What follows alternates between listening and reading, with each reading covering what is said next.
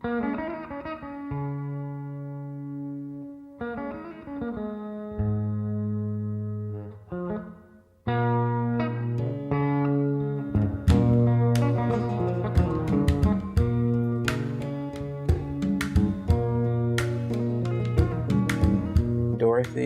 asked me to start thinking about a piece focused on I Am a Man that was connected to the 1968 sanitation workers strike and also connected to Dr. Martin Luther King. I think the process that I've been in with the dancers is for me to get a sense of giving them an opportunity to be present in the work, as well as being present to the relationship of the questions. What's their relationship to class? What's their relationship to hierarchy? What's their relationship to race? And what's their relationship to Memphis? And not in any kind of overly political kind of way, but more in a human way. Like, what does it mean to not be seen as a person? What does it mean to want to just be recognized as a human being that has value, that has aspirations, that has dreams? Coming into work with Ballet Memphis and the dancers with Ballet Memphis has been fabulous. It's been a bigger surprise and a bigger revelation than I thought. Their reception to ideas that are really different than how they normally work has been incredible. They've been incredibly open and vulnerable, open to risk, and supportive of my process, even when it wasn't clear what direction we were headed with some ideas. For this piece, I thought about having just men, and I thought that that might be too obvious or too easy, and again, might be too much of a statement. And I figure that the name of the piece, I Am a Man, is enough of a statement, and I think that it's not just about being a man. It's about being a human being, it's about being a woman, it's about being tall, about being short, about being fat, about being skinny, about being whatever is who and how you identify yourself to be.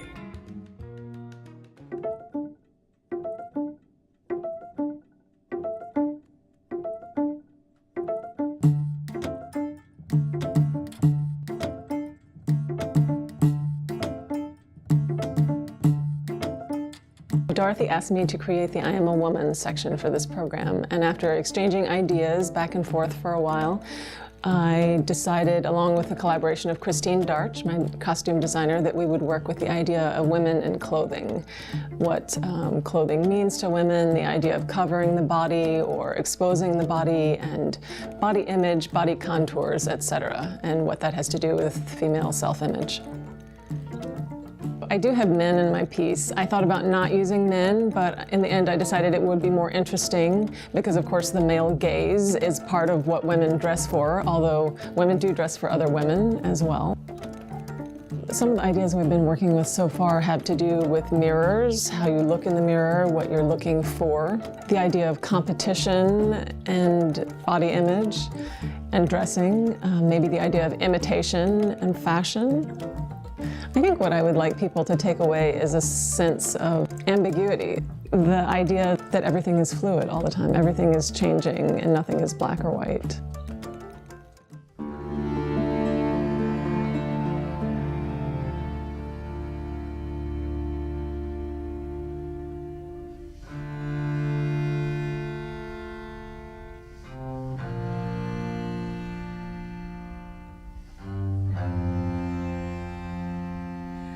So my work is the child aspect of this evening, and there are many levels to it. One of the stepping stones being Cornelia Parker's anti-mass sculpture that actually hangs in the DeYoung Museum in San Francisco, where she uses charred wood from a church burning in Alabama. So I tried to remove myself once more from that, and I'm looking at the 5 stages of grief from Kubler-Ross's book on death and dying. We have denial, anger, bargaining, depression, and acceptance. I move through the stages sequentially because I want to end with feeling of lightness and ascension. I have 4 dancers. There'll be somewhat of a round, meaning one dancer dances with the other, and then that dancer dances with the next, and we sort of continue that way. And then in the end, we come together and this moment of acceptance. There's a civil rights aspect in this too. And so it's about grieving, it's about humanity, it's about many things. And it's a tricky, tricky piece of art. It's challenging to express what I'm feeling in a dance, so we'll see if I can do this.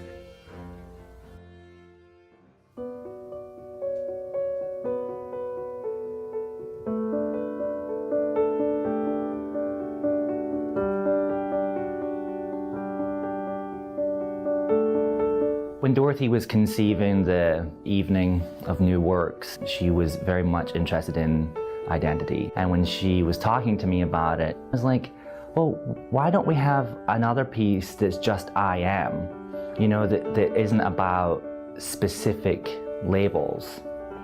I think the nature of identity, or just being able to say I am, is probably one of the biggest existential questions that a human could ask. I think it's at the core of everything we do, is trying to figure out who we are. I did find out one piece of philosophy that I really enjoyed, and it's South African. It's a concept called Ubuntu.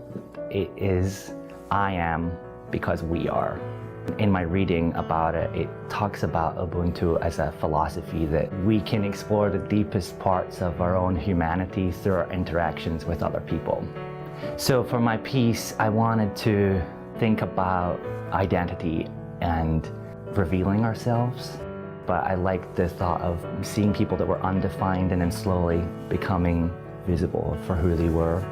And then trying to touch on this concept of Ubuntu, where you could see the best of yourself reflected in other people. I feel that it would be nice if people could watch the piece and maybe it makes them think about their own individuality and how that it is made better because you surround yourself with people you love.